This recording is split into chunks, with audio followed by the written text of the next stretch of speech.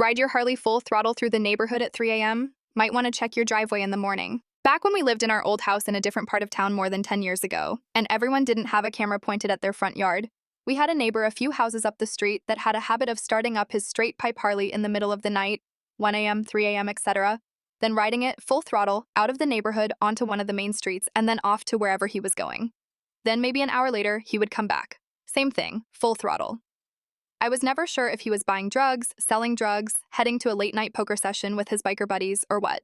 Doesn't really matter. He would do this every few weeks, although sometimes a month or two would go by and we wouldn't hear it, and I always hoped that he either crashed, got arrested, or, God forbid, realized the error of his ways and cut that crap out. Nope, he would be back at it again just a few weeks later. He must have woken up dozens or maybe hundreds of people each time.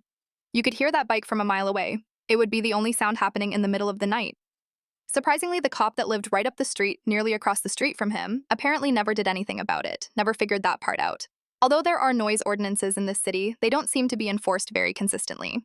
Anyway, so after maybe a year or two of this, and it happening maybe a couple of dozen times, I started to fantasize about some kind of booby trap like a cable across the road, or throwing a brick through his window, etc. Finally, I came up with an idea that seemed practical and I hoped would be effective. I waited until he did it again, and then the next morning, on my way to work, I drove past his house and tossed a handful of roofing nails onto his driveway in front of his parked bike. I figured he'd get the message and cut that crap out. Nope. Not a week later, he was at it again. So the morning after that, I tossed the rest of the box of roofing nails on his driveway. That seemed to get the message across. He didn't do it again after that.